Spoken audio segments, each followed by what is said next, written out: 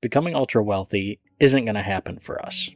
Well, unless we change what we think about building wealth.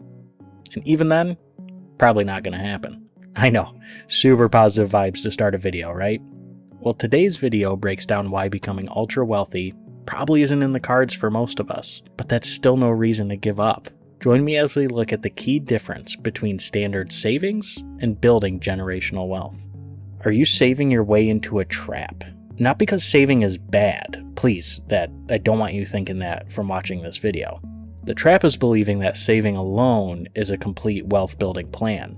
For decades, the standard advice you've heard all the time over and over again, save 15% of your income, contribute to your workplace retirement account, and just wait for compound growth.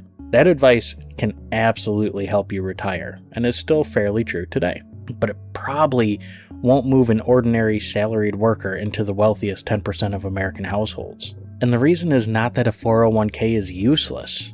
It's that the largest fortunes are usually built through ownership at grand scale. So before we get to the grand scale, let's start with the 2026 retirement limits. Workers can contribute up to $24,500 to a 401k. If you're lucky enough to have a really robust employer contribution, that total plan limit can reach $72,000 per year. Workers age 50 and older may qualify for additional catch-up contributions, and for people ages 60 through 63, that catch-up limit raises to $11,250. Those are certainly meaningful amounts, but they're still capped. A salaried worker builds wealth by earning a paycheck, paying taxes, covering expenses, and investing what remains.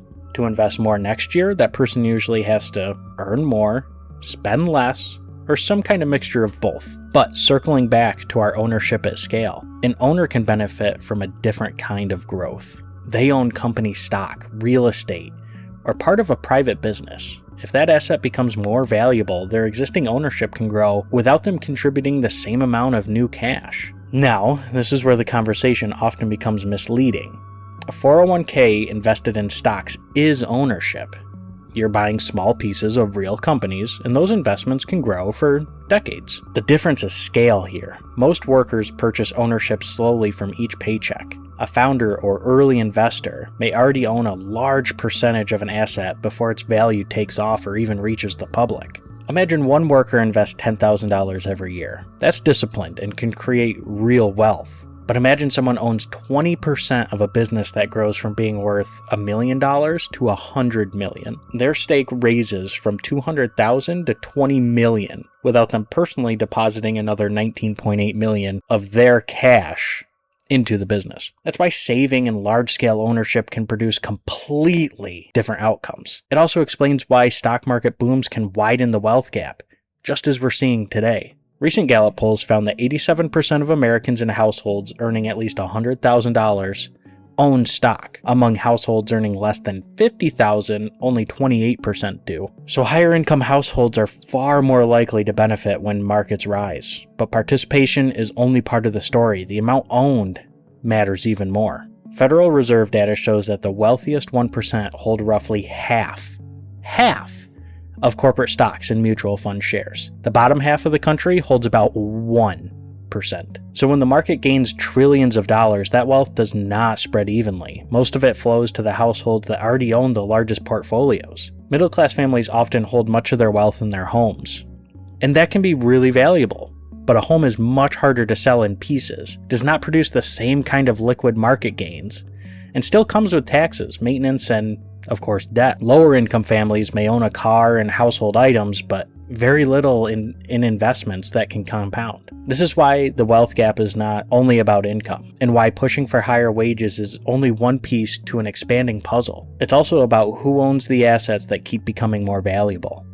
Unless you're disciplined and educate yourself on money management, higher wages won't close the wealth disparity in America. But that is exactly why you subscribe to Lucidly Money, So you can expand your financial literacy. There is one more 2026 change worth understanding. If your previous year wages from the same employer exceed $150,000, catch-up contributions generally must be made on the Roth basis when the plan offers Roth contributions. That means you don't receive the tax deduction today, but qualified withdrawals can be tax-free later. So this isn't automatically a penalty or proof that retirement savings no longer works, but it changes when you receive the tax benefit, which makes planning more important. And that brings us to the real takeaway here today. Your 401k isn't the trap.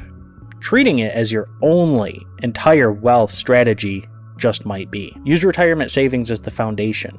Capture the employer match, invest consistently, let time and compound growth work. But understand the limit of relying only on contributions from a paycheck. Building greater wealth usually requires owning more of productive assets over time. That could mean investments outside your retirement plan, income-producing real estate, or equity in a business. Significant equity in a business. None of those paths are automatic, and all of them, of course, carry some amount of risk. But the principle is simple.